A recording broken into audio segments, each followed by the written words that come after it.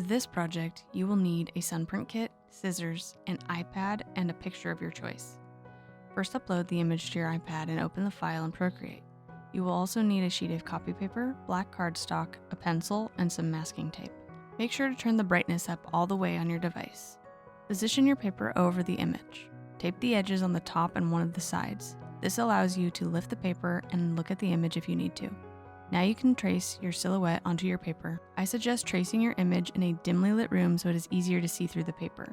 After I finish tracing my image, I scan it and print another copy so that I am not cutting the original. This is a helpful measure in case you make a mistake. I cut my copy out and then trace around it onto the black cardstock. And then I cut the black cardstock silhouette out in one continuous shape.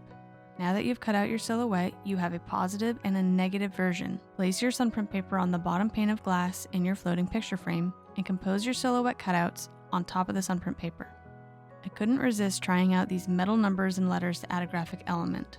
Insert the top glass pane over your design and place it outside in a sunny area. I expose this in the noonday sun for a couple of minutes. To develop your cyanotype, simply fill 2 baths with water, add a bit of hydrogen peroxide to your second water bath. I use bussing tubs from a restaurant supply store. Immerse your print in the first water bath to rinse it. Rinse for a few minutes by rocking the water bath gently. When it has been thoroughly rinsed, immerse your print into the hydrogen peroxide bath. The hydrogen peroxide will speed up the oxidation process and reveal the iconic Prussian blue print. Remove your print and let it dry on a flat surface.